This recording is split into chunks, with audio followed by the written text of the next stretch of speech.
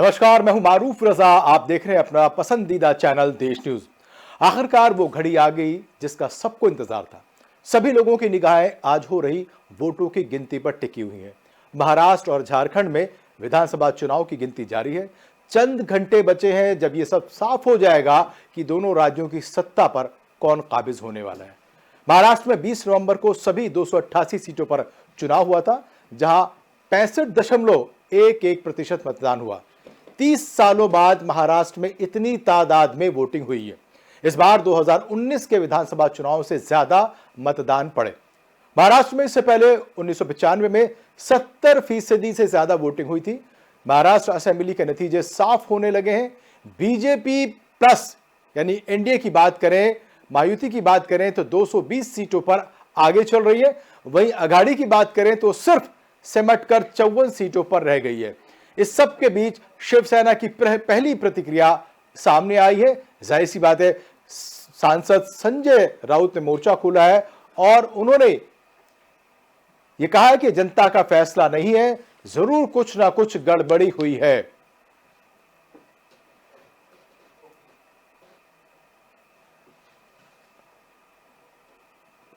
वहीं झारखंड में 13 और 20 नवंबर को वोट डाले गए।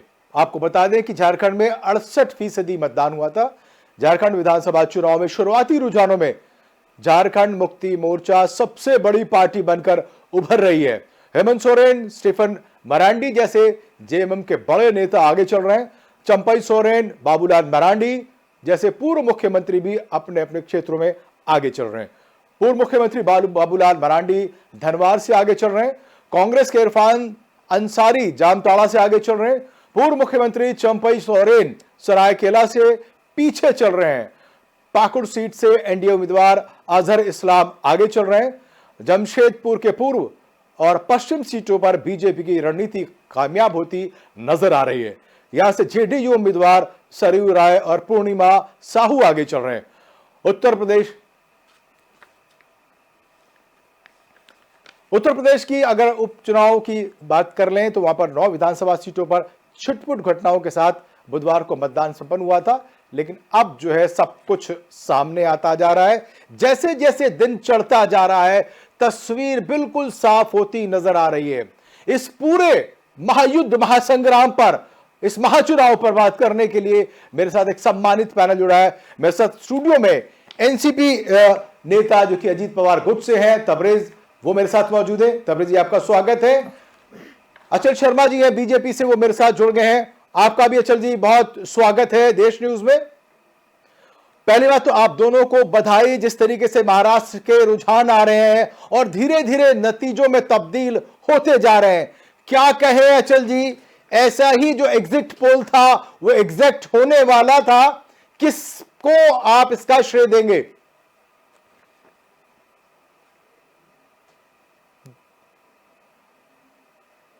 जी जी।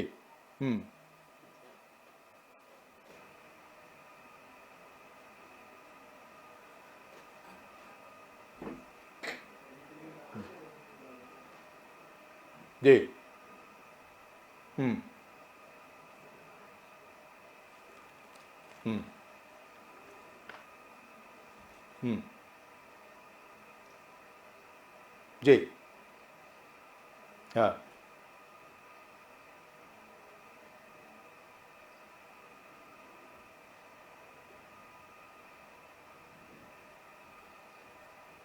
ठीक है, ठीक है।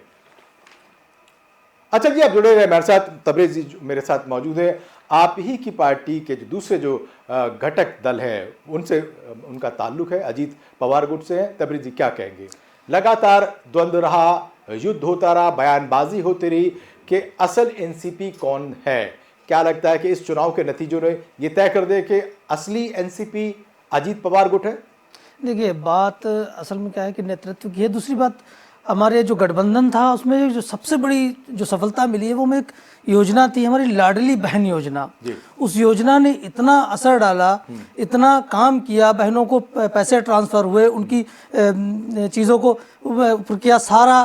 तो उस योजना ने सारे इनके जो इन्होंने प्रोपेगेंडा फैलाए थे एमवीए वालों ने, वो प्रोपेगेंडा जनता ने पीछे कर दिए। अच्छा। कि वो योजना रही, हमारा गठबंधन बहुत मजबूत चला। कल ये है, देखिए नेतृत्व होता है। अब पवार साहब, बड़े पवार साहब क्या है कि अब नेतृत्व कौन संभालेगा? नेतृत्व तो पवार साहब के, अजीत जी दादा के पास ही आना, लेकिन कुछ कारण ऐसे रहे जिससे अलग होना पड़ा। और असली जो एनसीपी है वो हम ही है, क्योंकि हमें सुप्रीम कोर्ट से भी हमारा चल रहा है, हमें इलेक्शन कमीशन ने भी सिंबल भी दिया और हम मिलके चुनाव लड़े और योजनाओं ने, अब देखिए आपका रिजल्ट आपके सामने है। सही बात है, रिजल्ट जो है वो असली परिणति है कि आपकी नीतियां, आपकी नीयत, आपकी योजनाएं कितनी कारगर हुई, वो नतीजे बता रहे हैं। कहीं ना कहीं वो दिख रहा है कि असली और नकली में जनता ने मतभेद कर दिया है।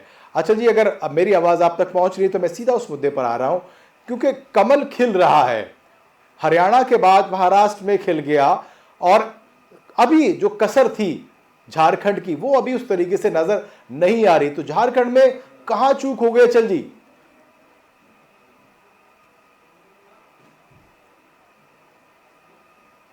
जी अच्छा,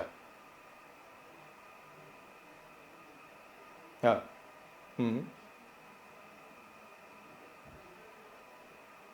जी ठीक है, हाँ, जी हाँ, जी मैं वापस आऊंगा। चल जी, तबरेज जी, बात वही आ रही है कि हम आप सिर्फ महाराष्ट्र में मौजूद हैं, पूरी तरीके से महायुति के साथ मौजूद है। सवाल ये उठ के आता है कि अब 3 धड़ है, तीनों के अपने अपने नेता हैं, तीनों की अपनी अपनी महत्वाकांक्षा है। ऐसे में महाराष्ट्र का मुख्यमंत्री कौन? देखिए, हम वहाँ छोटे भाई के उस पर लड़े और जितनी, पहली बात भी ये बीच में कहा गया था कि जिसके पास जितनी सीटें होंगी विधायक चुन के आएंगे, जिसको अपना नेता चुनेंगे वो मुख्यमंत्री होगा। हमारे बीच ऐसा कोई था ही नहीं। फडणवीस साहब ने भी यही कहा कि भाई जिसके पास सीटें होंगी, विधायक दल जिसको चुनेगा, चाहे फडणवीस साहब हों, चाहे शिंदे साहब हों, चाहे दादा हों, अब विधायक आने के बाद विधायक जिसका निर्णय लेंगे वो मुख्यमंत्री बनेगा। लेकिन जैसे नतीजे आते जा रहे हैं वहां पर सुर जो है वो मुखर होते जा रहे हैं। एक गुट जो है वो एकनाथ शिंदे को ही बता रहा है, क्योंकि वो मुख्यमंत्री थे, उन्हीं के नेतृत्व में चुनाव लड़ा गया था, तो सबसे बड़ी दावेदारी उनकी तरफ से आ रही है। वहीं देवेंद्र फडणवीस जो कि उप मुख्यमंत्री रहे और पूर्व मुख्यमंत्री भी रहे हैं, बड़ी पार्टी भी है, उनका अपना दावा है। लेकिन आपकी पार्टी में भी अजीत दा को लेकर के ये सुर लगातार उठ रहे हैं। ऐसे में क्या ये तय करना इतना आसान होगा जितना आप कह रहे हैं?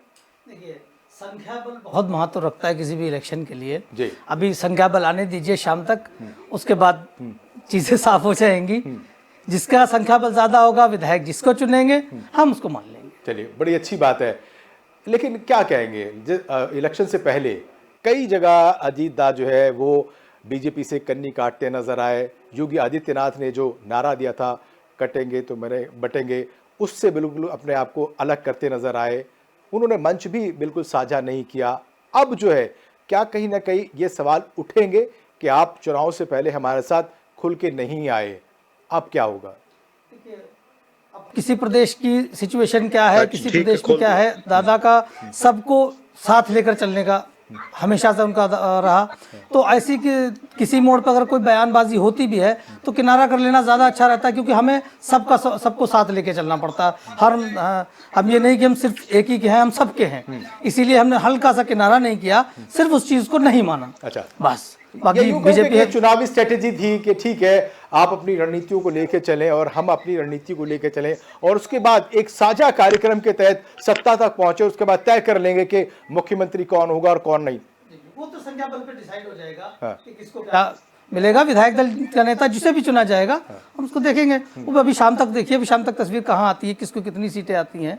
लेकिन ये है कि हम जीत रहे हैं, हमारा गठबंधन जीत रहा है और मुख्यमंत्री हमारा होगा। जी, किस तरीके से जो कांग्रेस पीछे रह गई, शरद दा जो है वो पीछे रह गए, उद्धव ठाकरे पीछे रह गए, क्या लगता है कि आपकी रणनीति उनसे ज़्यादा बेहतर थी या कहीं ना कहीं उनके अंदर जो तालमेल था वो कमी थी?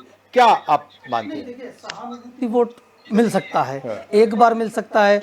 लोकसभा इलेक्शन में सहानुभूति वोट मिला बाला साहब ठाकरे जी के नाम पर, पवार साहब के नाम पर, लेकिन असल वोट जब जनता करती, विधानसभा का चुनाव जब होता है, ये होता है लोकल मुद्दों के चुनाव पे। आपने लोकल में कितना काम किया है, आप कितना काम करते हैं, आपकी योजनाएं क्या रही, हमें उन योजनाओं की सफलता मिली है। चलिए हमें अचल जी के पास एक बार दोबारा से चलता हूँ। अचल जी, मेरी आवाज आप तक पहुंच रही है? जी जी जी। अचल जी, बात वही है कि आपके हेडक्वार्टर्स में दिल्ली में जो है वो जलेबियां तलनी शुरू हो गई है, मिठाइयां बंटनी शुरू हो गई है, महाराष्ट्र में भी आतिशबाजी हो रही है। क्या ये जो पूरा का पूरा जो रोमांच है वो सही मायनों में महाराष्ट्र में उस तरीके से कमल को खिला पाएगा, और आर्थिक नगरी का क्या उस तरीके से उत्थान हो पाएगा जो अब तक नहीं हो पाया? मैं आपकी बात क्या कहूँ, मैं एक सहमत नहीं हूँ। आपने कहा अलग अलग गुट मुख्यमंत्री की बात कर रहे हैं जी।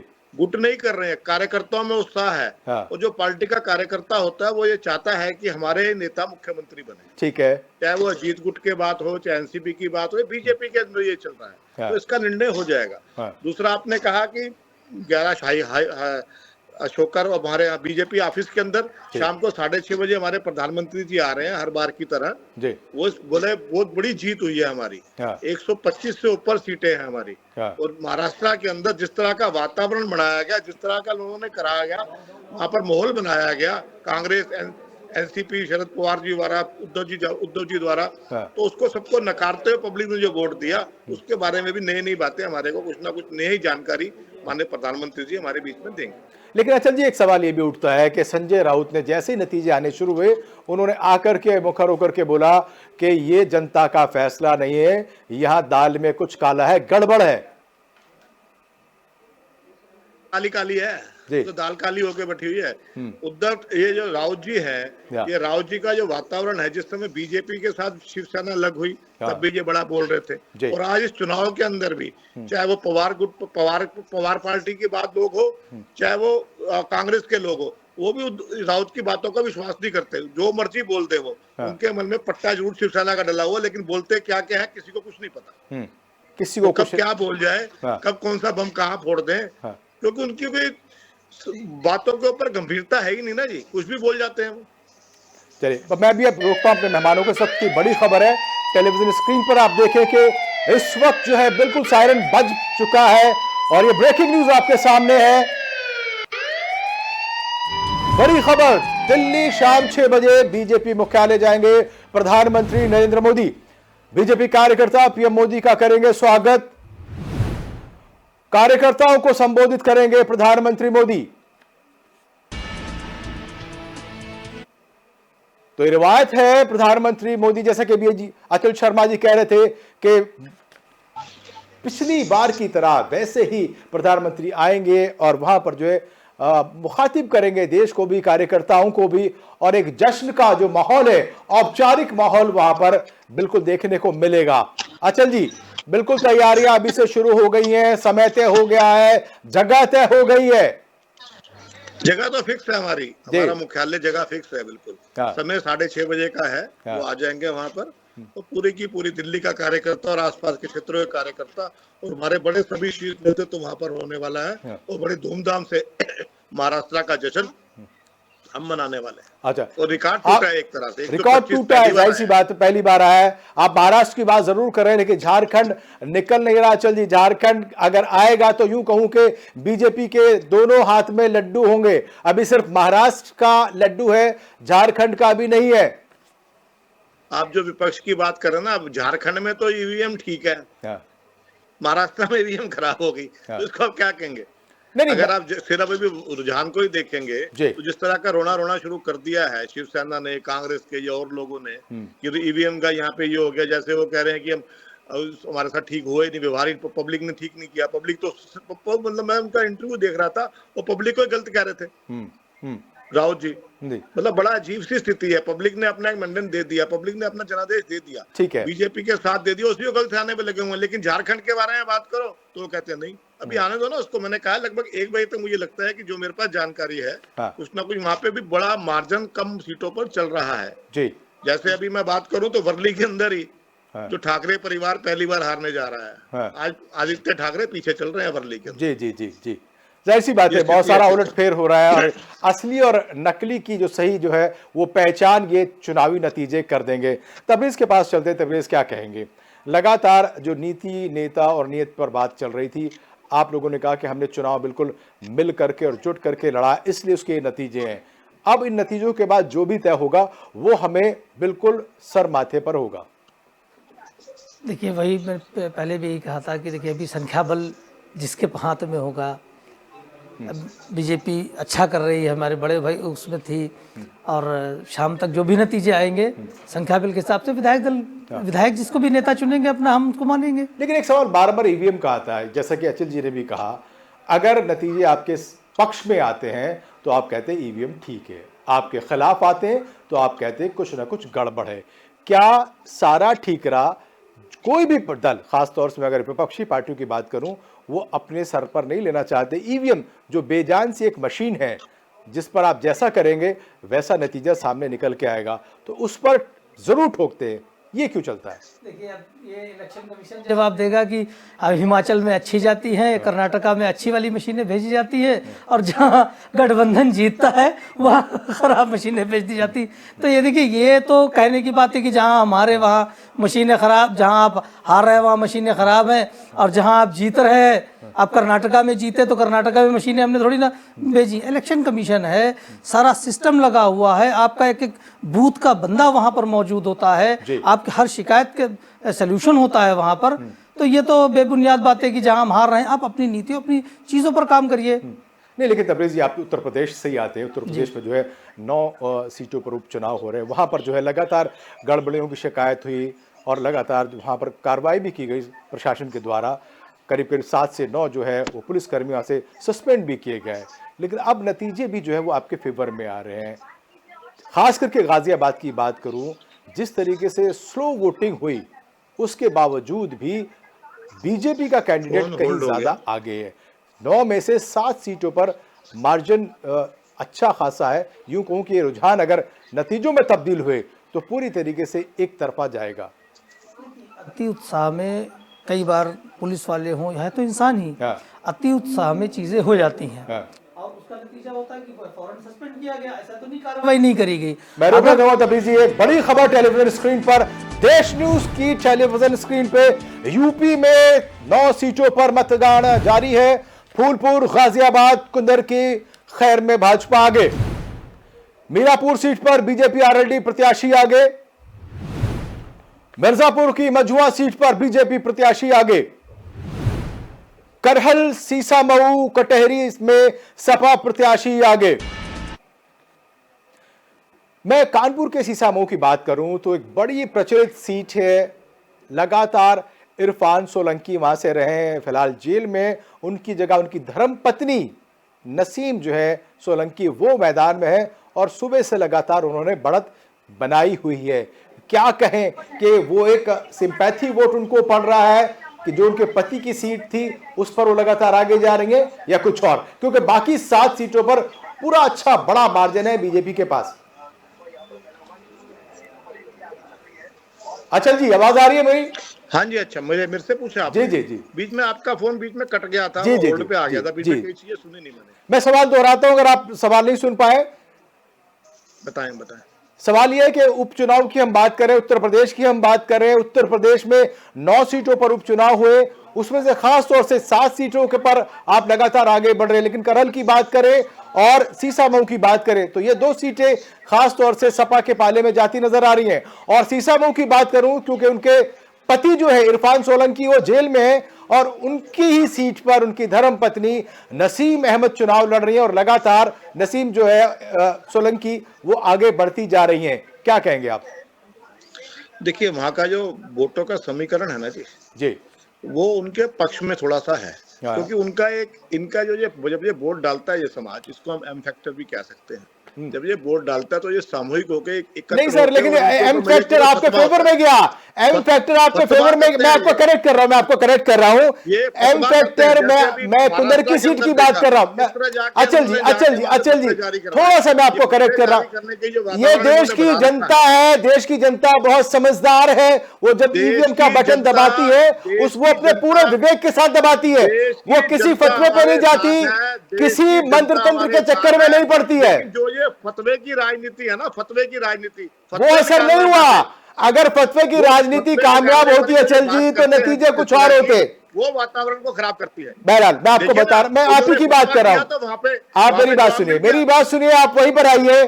कुंदरकी सीट में जो कि पूरी तरीके से मुस्लिम बहुल सीट है, वहां पर बीजेपी का एक नॉन मुस्लिम कैंडिडेट खड़ा है और वो जीत रहा है। यहां फतवा काम नहीं कर रहा, वहां पर वो एम फैक्टर काम नहीं कर रहा। जाहिर सी बात है, देश के लोग अच्छे नेता और अच्छी नीति को चाहते हैं, उनकी सेहत पे फर्क कतई नहीं पड़ता कि कौन कहां से क्या बोल रहा है।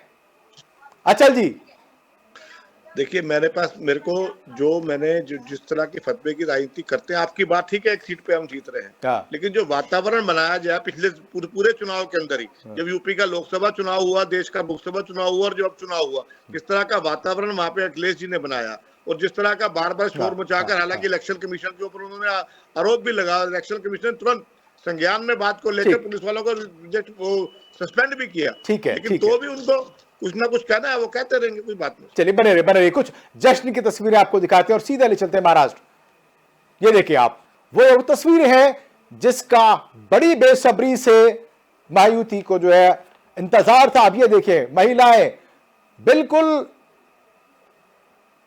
पिंक साड़ियों में नजर आ रही हैं, कमल के रंग में नजर आ रही हैं, नाचते गाते नजर आ रही हैं। बाकी जश्न है, बड़ी जीत है, रिकॉर्ड जीत है। और जिस तरीके का माहौल बना हुआ था, जिस तरीके की नारेबाजियां हो रही थी, वहां कुछ और लग रहा था। आइए कुछ आपको वहां की आवाजें और ढोल ताशों की आवाजें आपके कान तक पहुंचाते हैं। ये मिठाइयों का दौर, ये पूरा जश्न का माहौल है, मिठाइयां बांटी जा रही है, मिठाइयां खाई जा रही हैं।